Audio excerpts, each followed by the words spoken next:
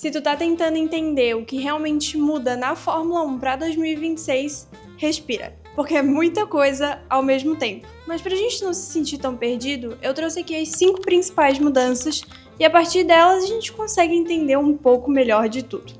Oi amigos, eu sou a Gé e aqui no canal a gente fala de livros e a minha quedinha por automobilismo. Que nem no ano passado, que eu trouxe um resumo para cada GP da temporada, esse ano eu vou fazer a mesma coisa, então se tu gosta de Fórmula 1, já se inscreve. O mais importante para entender no novo regulamento é que praticamente todas as mudanças giram em torno de um mesmo objetivo, que é deixar a categoria mais eficiente e mais sustentável.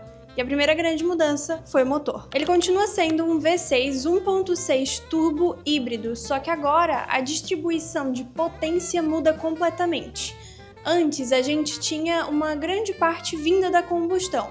Agora a gente pode dizer que é praticamente metade combustão e metade elétrico. O MGU-H foi eliminado e o MGU-K passa a ter um papel central com mais ou menos 350 kW de potência. Isso significa que a bateria ela passa a ser um elemento protagonista, então os pilotos vão ter que começar a recarregar a bateria nas frenagens e saber quando usar essa carga. Como diria o Max, a gente está virando uma Fórmula E com esteroides. E essa dependência elétrica foi o que gerou a segunda mudança. Os carros precisam ficar mais eficientes.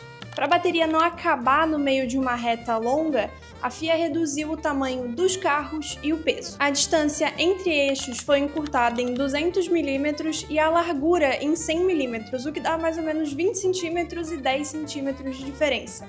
E o peso do carro também caiu para algo aproximadamente 768 kg, ou seja, menos 30 kg do que era no ano passado. Um carro menor e mais leve significa menos resistência ao ar e um menor esforço do conjunto híbrido para manter essa velocidade, então é uma resposta direta à arquitetura do novo motor. A terceira principal mudança é a aerodinâmica. O DRS ele deixou de existir para entrar o sistema mono.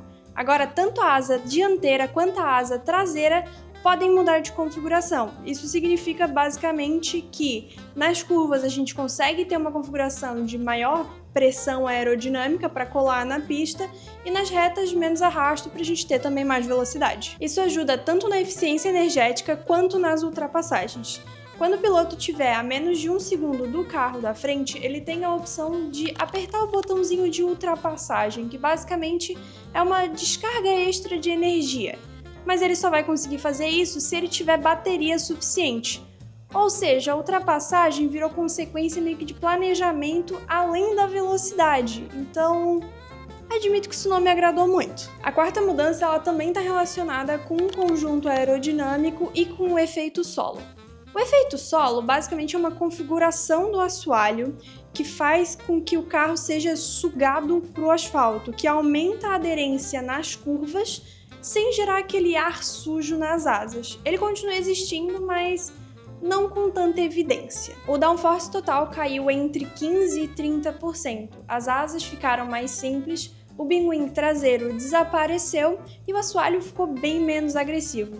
A ideia principal disso é diminuir o arrasto e essa dependência de uma carga aerodinâmica mais extrema. Então, isso provavelmente vai melhorar as disputas na pista. A quinta mudança é o combustível. A partir de 2026, os carros usam combustível 100% sustentável. O objetivo é alinhar a Fórmula 1 à meta de neutralidade de carbono até 2030. É uma mudança bem tecnológica, mas majoritariamente política. De bônus, a gente teve mais 2 alterações que vão fazer a diferença na pista esse ano. A primeira são os pneus. Eles continuam com aro de 18 polegadas, mas eles estão mais estreitos e o diâmetro também um pouquinho menor. A gama seca ela volta a ter só 5 compostos, então do C1 ao C5. O C6 foi descontinuado. E a Pirelli promete aumentar a diferença de performance entre C1 e C5 para estimular aquelas estratégias diferentes. Se vão conseguir, não sei. No final do ano a gente descobre. Em segundo lugar, a gente tem alterações por conta de ter uma equipe a mais no grid. A primeira delas é que o Q3 de todas as qualis agora ele tem 13 minutos. E a segunda é que no GP de Mônaco ele volta ao formato padrão de ter um pit stop obrigatório, não mais 2. Admito que para 2026 eu tô bem intrigada em como a Fórmula 1 vai funcionar, mas é um esporte que vai se tornar muito mais sustentável, muito mais eficiente e, se Deus quiser, muito mais rápido. Mas agora a gente vai para a parte que todo mundo gosta, que é um resumo das fofocas do que aconteceu nas férias nesse grid. Como já tá tarde pro café, eu vou fazer um chá. Meu Santo Senhor Jesus Cristo, que calorão!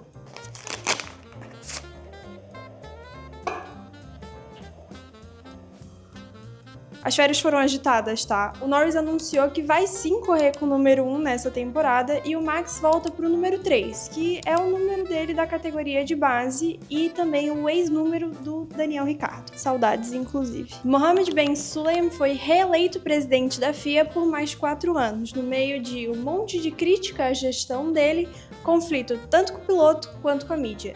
No ano passado, a decisão dele, a política de 0 palavrões, foi bem polêmica. Nos bastidores das equipes, a tensão por esse novo regulamento tá fortíssima.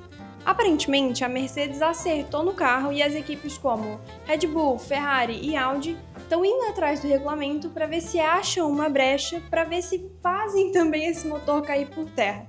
A questão da taxa de compressão do motor também entrou ali no assunto, e aí a FIA decidiu que vai fazer essa medição tanto com motor frio quanto com motor quente, que é o que basicamente daria essa vantagem para a Mercedes. Para a felicidade geral dos tifosi, o Hamilton muda de engenheiro. Eu não vi nenhuma notícia confirmando quem vai ser o novo engenheiro, então eu trouxe um vídeo de informação sem informação completa. Mas, para a felicidade do próprio Hamilton, aparentemente ele tá namorando a Kim Kardashian. É oficial? Não, mas enfim, estão lá se engraçando. Falando nos apaixonados, o álbum tá noivo da Lily Monnier, que é uma golfista profissional. E o Charles Leclerc casou agora no dia 28 de fevereiro com Alexandra Semelé, que é formada em História da Arte Francesa. Cara, sinceramente, se essas mulheres lançassem curso, eu comprava.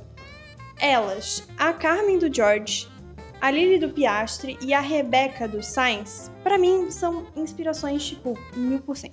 Eu acho incrível que o Pérez, ele é gente como a gente. Ele adora uma fofoquinha. Ele falou numa entrevista que a questão dentro da Red Bull é muito complicada em relação ao segundo assento. Diz ele que existiu uma conversa em que o Horner já sabia que o Liam ia ter problemas. E aí ficou aquela coisa de, tá, ok, quando o Liam der problema, o que faz? Ah, sobe o Yuki. Tá, mas e quando o Yuki tiver problemas?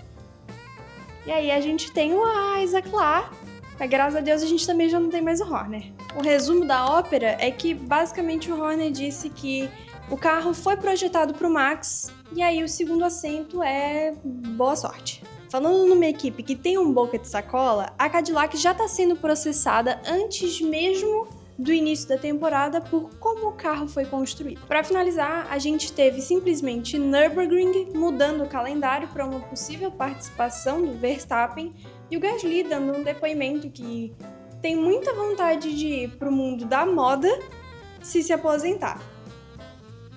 Enfim, 2026 é um ano que já tem muito pretexto, mas eu quero saber de vocês. O que vocês estão achando dessa era mais elétrica e sustentável da Fórmula 1? Ou, assim como eu, acham que o negócio está indo um pouco longe demais? Enfim, sejam muito bem-vindos à temporada de 2026 da Fórmula 1.